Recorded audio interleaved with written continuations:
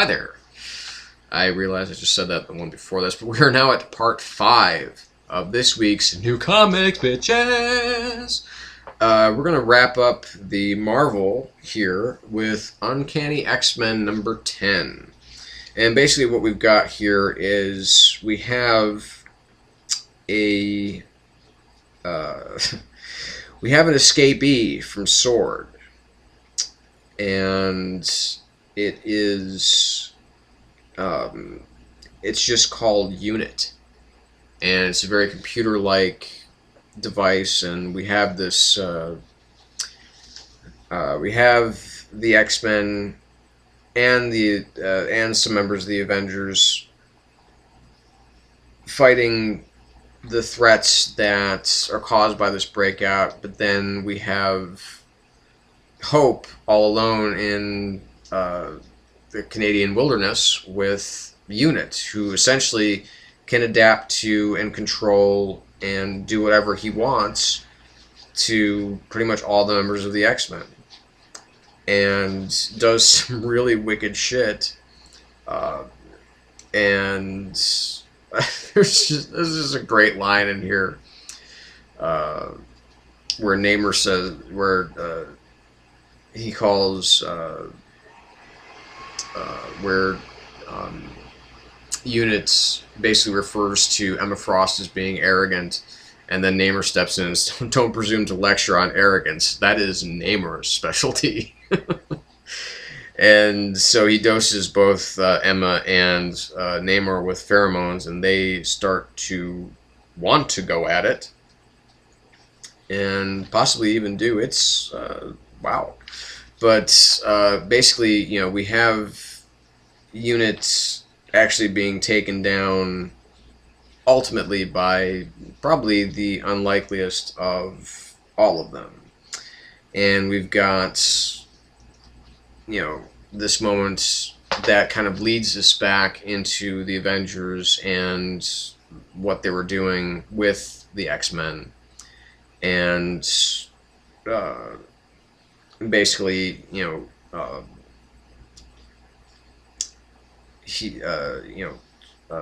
God damn it, my fucking brain is just shut down. Sorry, I'm tired again, if you hadn't noticed.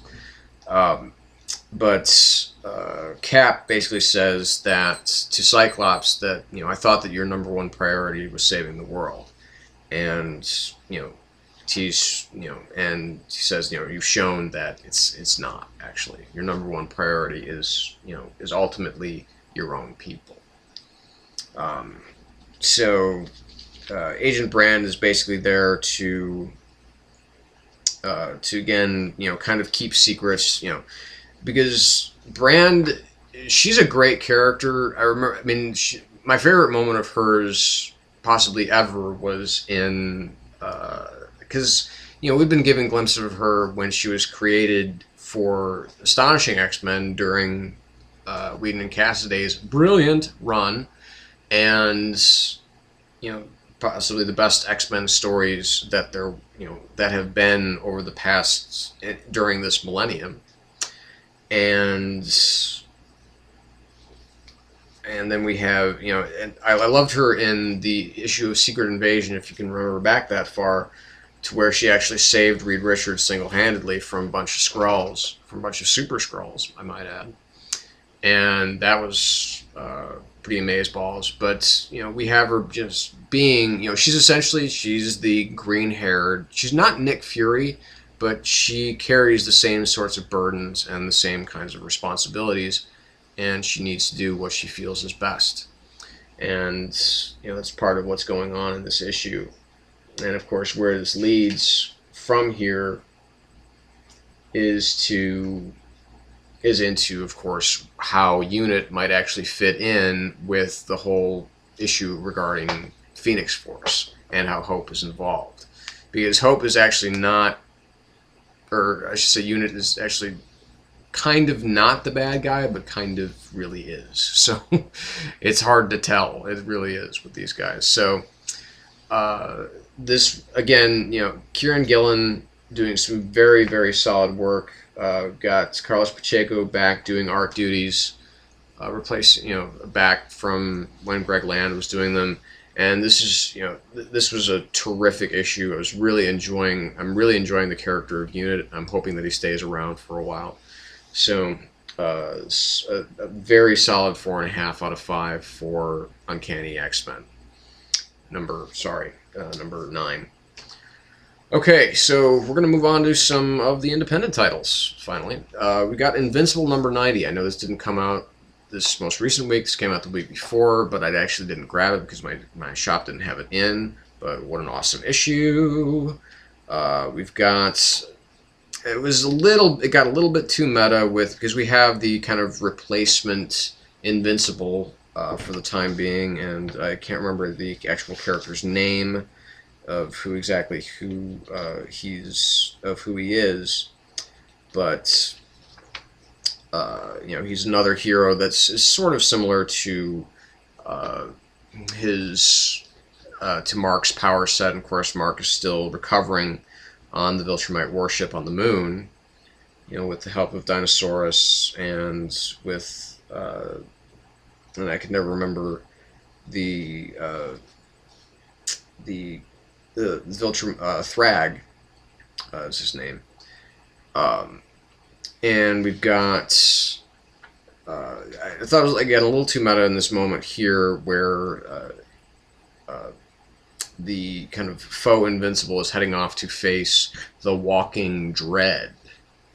And I'm like, okay, I see what you did there, Robert, but, really, let's try and keep these as separate as we possibly can. We have this moment with, our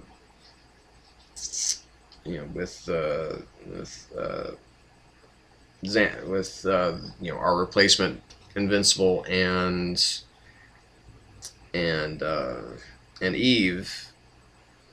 He seems to be kind of hitting on her, and then of course we have Thrag essentially planning the death of Mark because of who he is. Who he is, we don't quite know yet, and what he means to the Viltrumite Empire.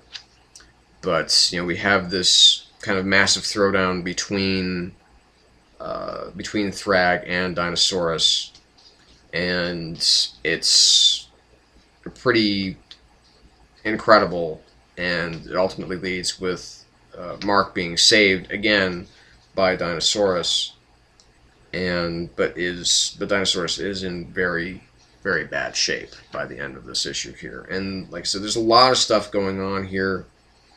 They are, Dinosaurus, because he's so smart, he's actually, planted explosives all over the ship. He's basically able to go wherever he wants to on the ship because of his intelligence, and he's actually hardwired a number of explosives so that as his heart rate increases, it will actually destroy more of the ship. And this is the last Viltrumite ship in the entire universe. So Thrag, even though Thrag is beating the holy shit out of Dinosaurus, he has to stop before it gets too bad, because he might have a fail-safe switch. If his heart stops, the whole thing just blows up.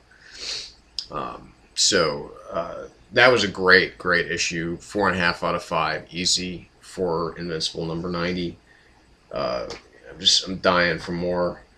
And again, this, I'm liking Image because a lot of the stuff it sells, hey, it's $2.99 for a good amount of storytelling. So, and here's another good amount of storytelling, and that's Buffy the Vampire Slayer Season 9, Number 8, Apart, Part 1. And this is basically, we have Andrew, the wonderful Andrew, I love Andrew, being visited by Spike and the Buffy bot, who doesn't understand why she's a Buffy bot and not a Buffy. And there are some maybe a little bit too simple explanations as far as to what exactly, how exactly, why Buffy, A, didn't know she was a robot, B, and thought she was pregnant. and we essentially have that Andrew, in his maybe not so infinite wisdom, has decided to put Buffy into hiding. And Buffy's essentially, she's kind of living this very suburban life, and we have just a lot of different stuff going on as far as the cops and what's happened with them. But most of it is about possibly that Buffy is in danger, and her potential liberation by one of, I'm assuming, I don't know who exactly this character is, but I'm assuming it is one of the formerly powered potentials. So really interested to see how that figures out. Now this is co-written by Andrew Chambliss and Scott Alley. I'm not familiar with Scott Alley's work. We've got a new penciler in Cliff Richards, so we no longer have George Jante as the artist, which kind of blows because I'm not a huge fan of the art in this issue, but it does work. And we've got some some seemingly domestic issues between Xander and Dawn still kind of going on, and and just this whole issue of Buffy not being Buffy. It's fascinating. So I'm really, really, really interested to see, and how it all happened. Of course, that's, this kind of very Andrew-esque moments is just packed with, these, fun moments, these scary moments, these, dramatic moments, all the stuff that really makes Buffy a great story and made it a great show, and ultimately has also made it a really, really, really good comic. While this doesn't have the same impact, the comic has never really had the same impact that the show has had. It's gotten close. It's gotten damn close at times. So I would say 4 out of 5 to Buffy season 9, number 8. Very, again, very strong, very solid, very well done. Here's another one that got better. Also, Thief of Thieves, number 3. And this is kind of basically more exploring like the kind of Karen Sisko, Jack Foley-esque storyline that the thief, the kind of the trope of the handsome roguish thief.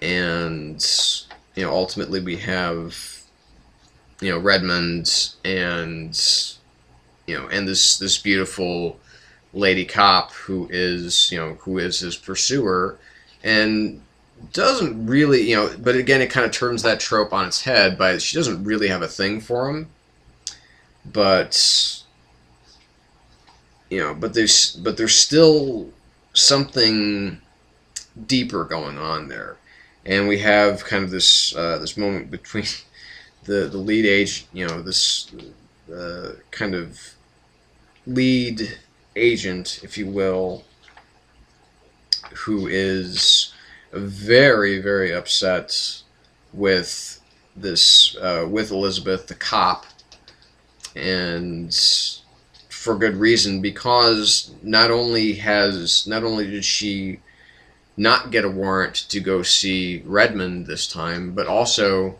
she didn't get a warrant to arrest him properly the first time, so he sued the department. She sued the she sued the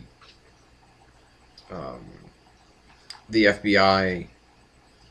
Redmond sued the FBI for $4 million before, or Conrad Paulson, as he goes by, and he's looking at getting $4 million off of this bad arrest that she made, and just everything is really moving together as far as this book is concerned. Spencer is, the writing is getting tighter. Sean Martinborough's art is terrific. It's hitting really good emotional spots. Again, it's playing with some of the, again, some of the tropes of the you know, the world's greatest thief idea, and it's working really well dramatically as well. So just, you know, terrific stuff. So we're going to take another break, and we're going to come back with more comics, and believe me, we are looking at a 7-parter here, so stay tuned.